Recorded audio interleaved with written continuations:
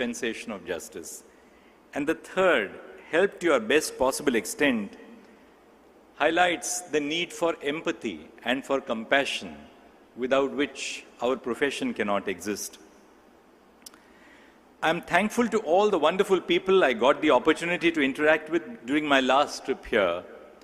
They truly lived up to the verses and introduced me to the goodness of Tamil culture. Madurai is called Tunga Nagaram, or the city that never sleeps, because its markets are always available to cater to the throngs of people visiting it every single day.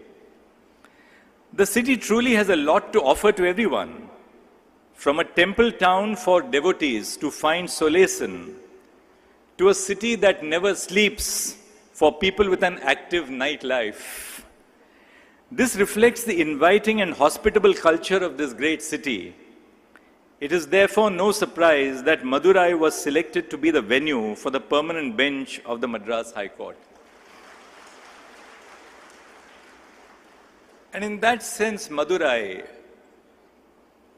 is an eternal symbol that justice itself never sleeps, and we demonstrated it during COVID. The tale of the Madras High Court is like that of a banyan tree. The older the banyan tree gets, the more its branches develop prop roots, and each of these prop roots is an entry into a fascinating chapter of history and legal development. A beautiful book was presented to me last evening containing the translations in English of the Naladiyar. And while reading it last night, I found this beautiful allegory from Tirukural, written in the 9th century by Jain monks. And he says that, couplet says, the quatrain states, a tiny banyan seed grows all around, provided and provides shadow massively, and as such, even though small a gift if given to great men, would grow widespread, even wider than the sky. Article 214 of the Constitution stipulates that there shall be a high court for each state. However, one would be highly mistaken if they believed that the impact of the judgments coming out of the Madras High Court, and in particular the Madurai bench, is restricted to the state of Tamil Nadu. Lawyers, judges and citizens across the country look at the judgments emanating out of the Madurai bench of the Madras High Court with great appreciation. It is remarkable that the bar, as well as the judges of the High Court bench, have been able to establish such a reputation in a short span of only 20 years. When I became a judge of the High Court, it was a completely different universe. I was so used to arguing my cases and forgetting about the cases after judgment was reserved or the order was passed. I gradually got used to being a judge of the High Court. When I became Chief Justice of the Allahabad High Court, it was a completely different universe, where you had to look after the affairs of the judiciary in the largest state in the country. When I came to the Supreme Court, it became a completely new experience. The rhythm, the music of the work of the Supreme Court is so distinct that even an experienced judge, I was 16 years into judgeship when I went to the Supreme Court, even a judge with 16 years of experience in the High Courts finds it difficult to understand and truly fathom the nature of the work of the Supreme Court, because you deal with problems from across the nation. The reason I thought I should mention this is that when the Madurai bench was established, it was essentially a district bar. And the challenges before the district bar were numerous, because from being lawyers practicing before the district court, your orientation had to shift from the problems of the district to the problems of the state, to the culture and identity of Tamil Nadu, as opposed to the identity or culture of Madurai itself. Setting up a bench of the High Court is not just about setting up buildings or setting up infrastructure or creating courtrooms or furnishing those courtrooms, though they are essential appendages to judicial work. The crucial part is about setting up conventions, about setting up traditions, which will endure for the future. And I dare say that in the last 20 years, the Madurai bench has made that transition into truly being a representative of the great traditions of the Madras High Court. Increasingly, young lawyers from the Madurai bench have expressed and have demonstrated their ability to don office as judges of the High Court.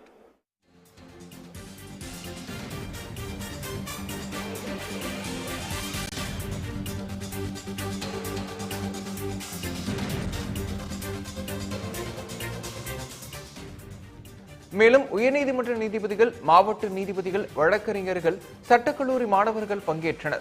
விழாவில் சிறப்பு நிகழ்வாக மெட்ராஸ் உயர்நீதிமன்ற மதுரை அமர்வு எனும் தமிழ் பெயர் பலகை திறக்கப்பட உள்ளது.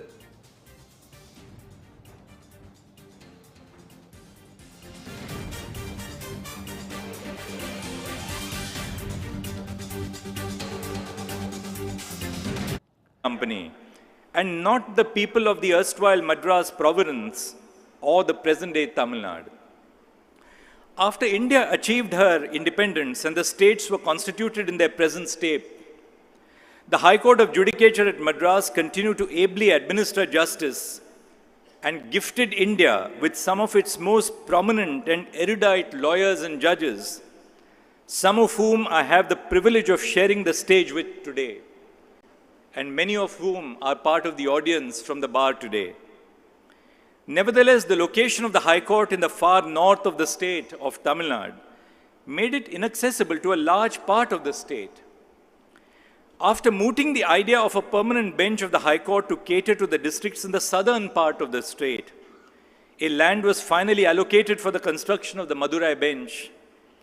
A presidential order was issued by President Dr. APJ Abdul Kalam in July 2004, and the bench was ultimately inaugurated on 24th of July 2004.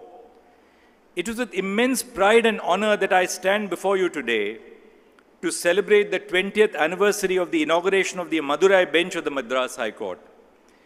It is a day to celebrate the unwavering commitment to the cause of justice, a testament to the visionaries who conceived the institution, and a recognition of the countless individuals who have contributed to its growth and success.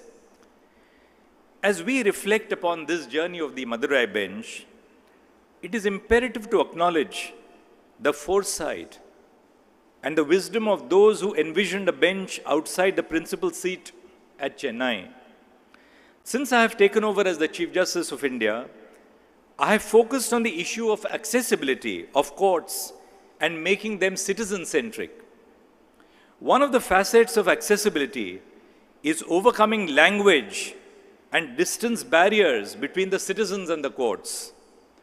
Key initiatives have been taken to address both these facets, like the translation of cases in regional languages and developing the infrastructure of e-courts and virtual hearings. Benches of the High Court, like the Madurai bench, seeded this very idea of bringing justice as close to the doorsteps of the citizens as possible.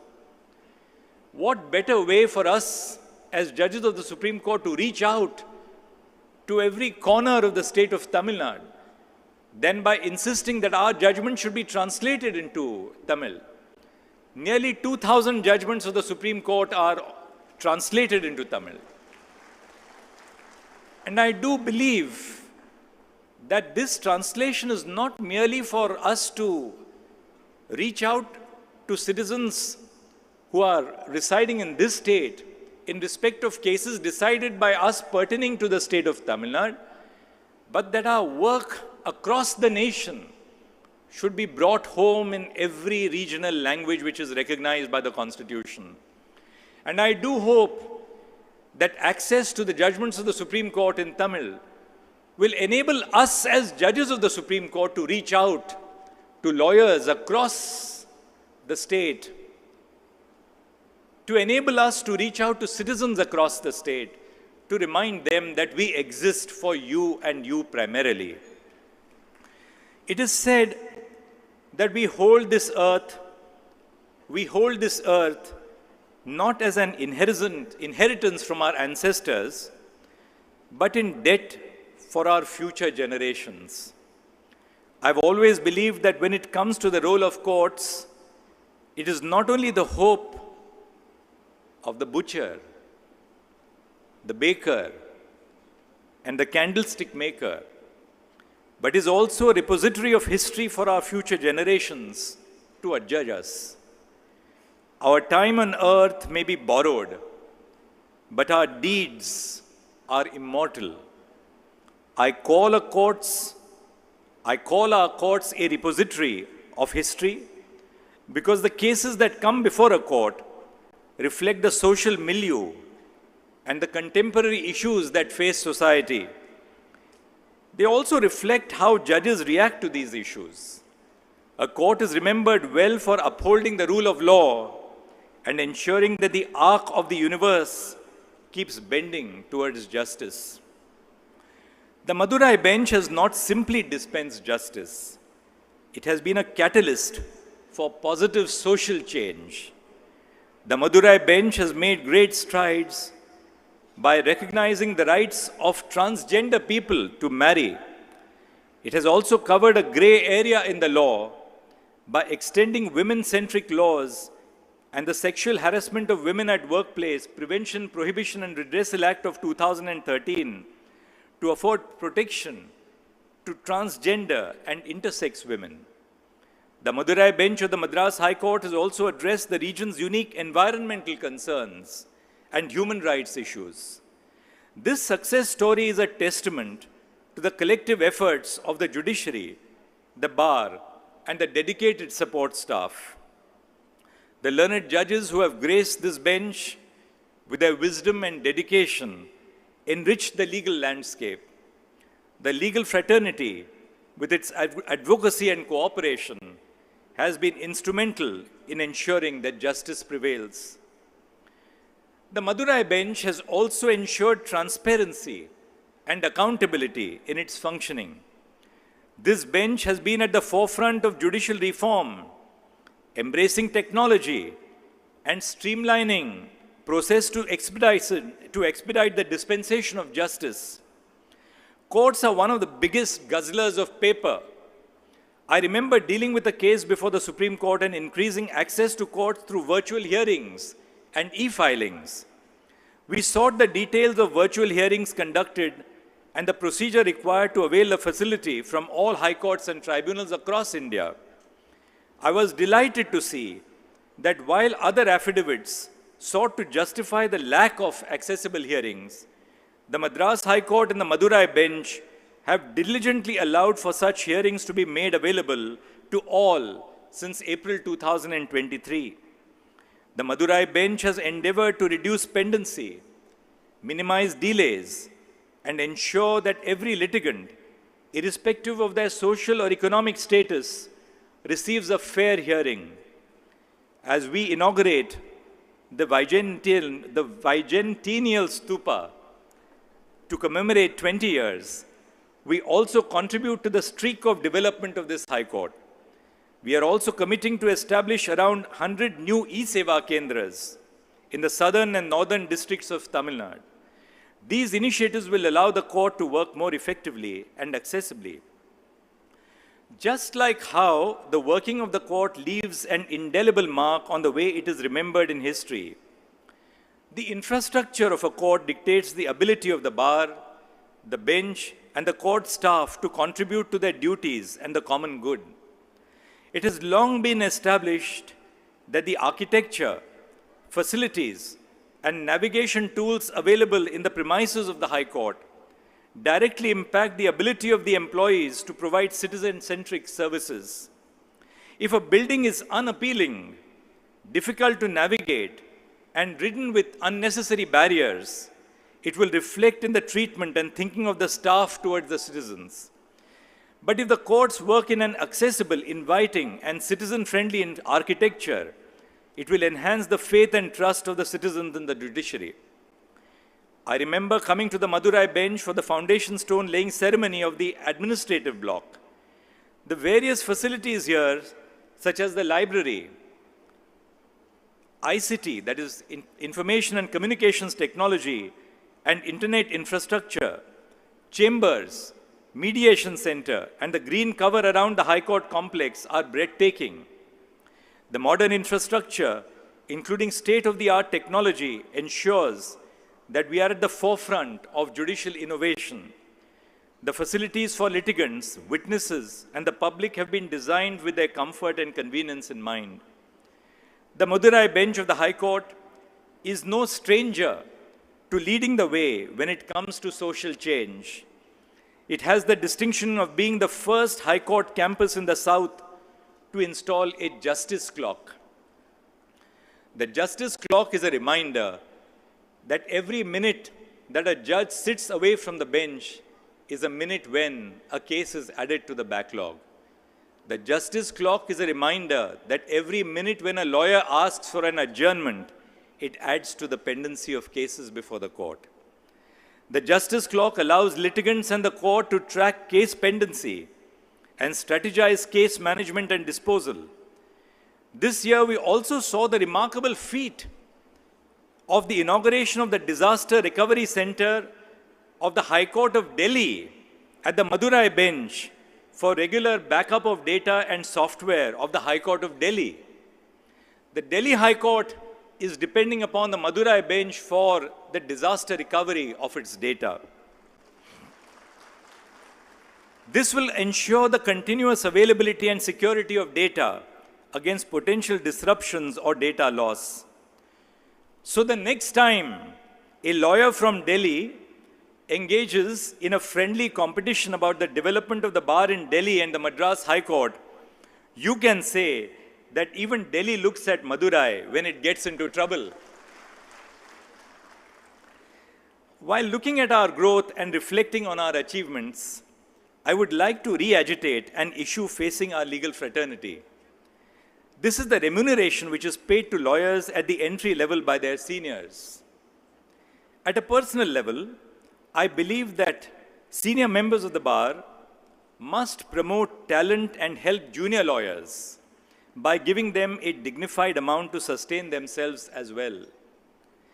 But at a systemic level, I believe that the low amounts ranging from rupees 5,000 onwards per month lead to gatekeeping of our profession.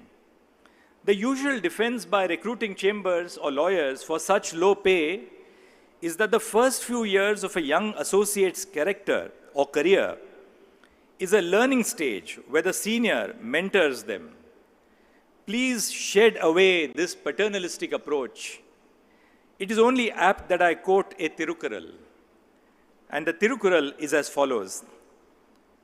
Thalatri Thanda Porulelam Thakarakku Velanamai Setar Puruttu, which means that all the wealth that the good men of this world accumulate must be distributed to deserving people around them.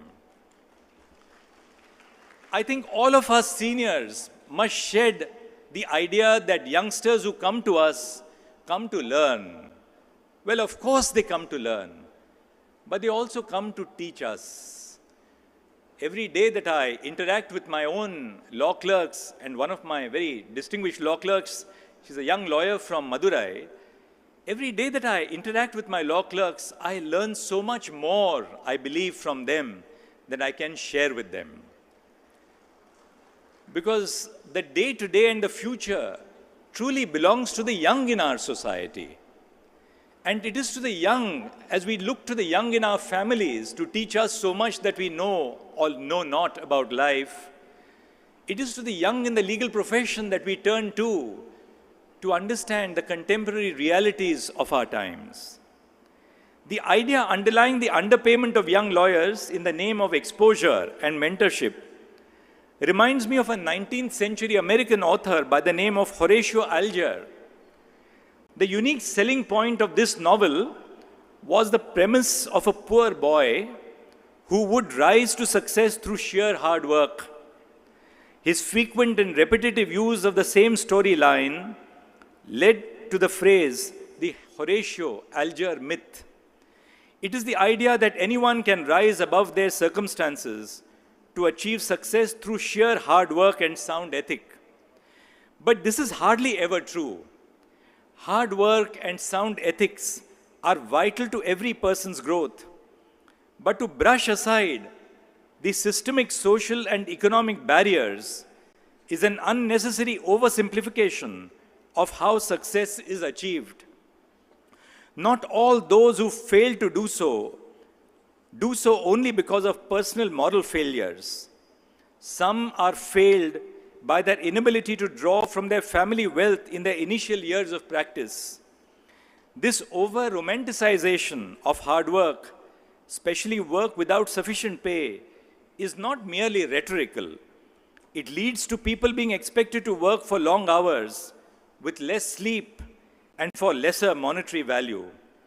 As the famous saying goes, it takes a village to raise a child. Similarly, it takes the entire bar to raise competent lawyers unfettered by their social or economic background. And I think the true merit of the history of the Madurai bench is not just about dispensing justice to this region, but about allowing lawyers from marginalized segments of society to prosper and to share in the success story of Tamil Nadu. And I do believe that the true worth of the work which has been done over the last 20 years by the Madurai bench lies precisely in this, that it has allowed the democratization of the legal profession.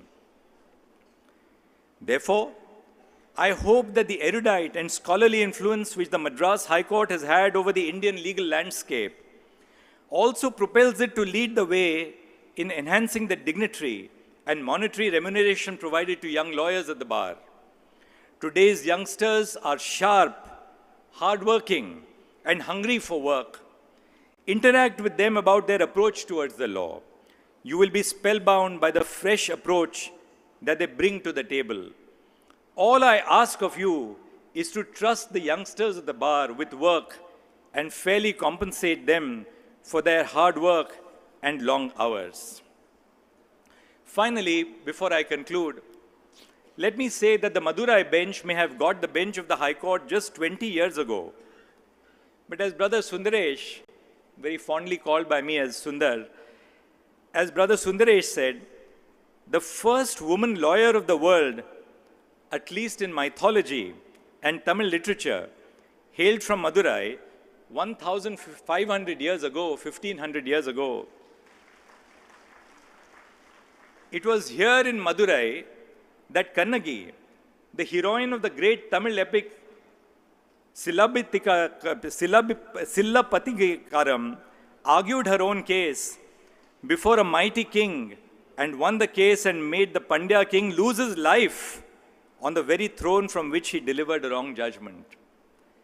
Madurai has not merely been a center for Tamil Sangam and the birthplace of Tamil Sangam literature, but also the seat of gender justice.